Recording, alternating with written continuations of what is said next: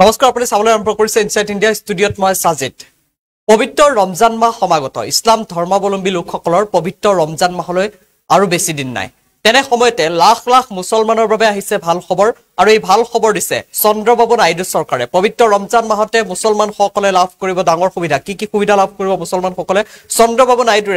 নাইডু চৰকাৰে মুছলমানসকলৰ বাবে কি ডাঙৰ সুবিধা লৈছে লৈ অহাৰ চেষ্টা কৰিছে মুহূৰ্তত ফুল প্লেটৰ মাধ্যমেৰে বিজনাই গৈছে মুহূৰ্তৰ খবৰ লাখ লাখ মুছলমান লোকক ভাল খবৰ দিলে চন্দ্ৰবাবু নাইডু চৰকাৰে পবিত্ৰ ৰমজান মাহত মুছলমানসকলে লাভ কৰিব ডাঙৰ সুবিধা চন্দ্ৰবাবু নাইডু চৰকাৰৰ ঘোষণাক লৈ উৎফুল্লিত হৈছে মুছলমান সমাজ নামাজ আৰু ৰোজাৰ বাবে এঘণ্টা আগতে ছুটি পাব চৰকাৰী কৰ্মচাৰী 2 মাৰ্চৰ পৰা আৰম্ভ হ'ব ৰমজানৰ ৰোজা ভাঙিবলৈ কাৰ্যালয়ৰ পৰা এঘণ্টা আগতে যাব পাৰিব মুছলমান কৰ্মচাৰী বিজেপিৰ নীতিৰ বিৰুদ্ধে গৈ ডাঙৰ সিদ্ধান্ত চন্দ্ৰবাবু নাইডুৰ লাখ লাখ মুছলমানক ভাল খবৰ দিলে চন্দ্ৰবাবু নাইডু চৰকাৰে পবিত্ৰ ৰমজান মাহত মুছলমান সকলে লাভ কৰিব ডাঙৰ সুবিধা চন্দ্ৰবাবু নাইডু চৰকাৰৰ ঘোষণাক লৈ উৎফুল্লিত হৈছে মুছলমান সমাজ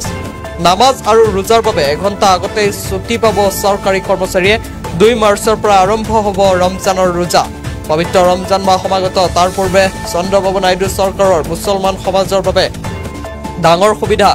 ৰোজা ভাঙিবলৈ কাৰ্যালয়ৰ পৰা এঘণ্টা আগতে যাব পাৰিব মুছলমান কৰ্মচাৰী আৰু এয়া বিজেপিৰ নীতিৰ বিৰুদ্ধে গৈ ডাঙৰ সিদ্ধান্ত গ্ৰহণ কৰিছে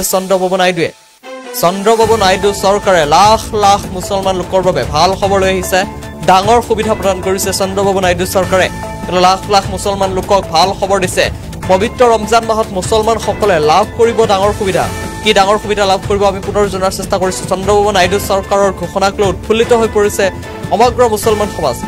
নামাজ আৰু ৰোজাৰ বাবে এঘণ্টা আগতে ছুটি পাব চৰকাৰী কৰ্মচাৰী অৰ্থাৎ নামাজ ৰোজাৰ বাবে এঘণ্টা আগতীয়াকৈ ছুটি প্ৰদান কৰা হ'ব চৰকাৰী কৰ্মচাৰীক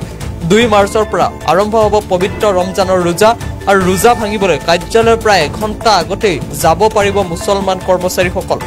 আৰু বিজেপিৰ নীতিৰ বিৰুদ্ধে গৈ এই ডাঙৰ সিদ্ধান্ত গ্ৰহণ কৰিছে নাইডু চৰকাৰে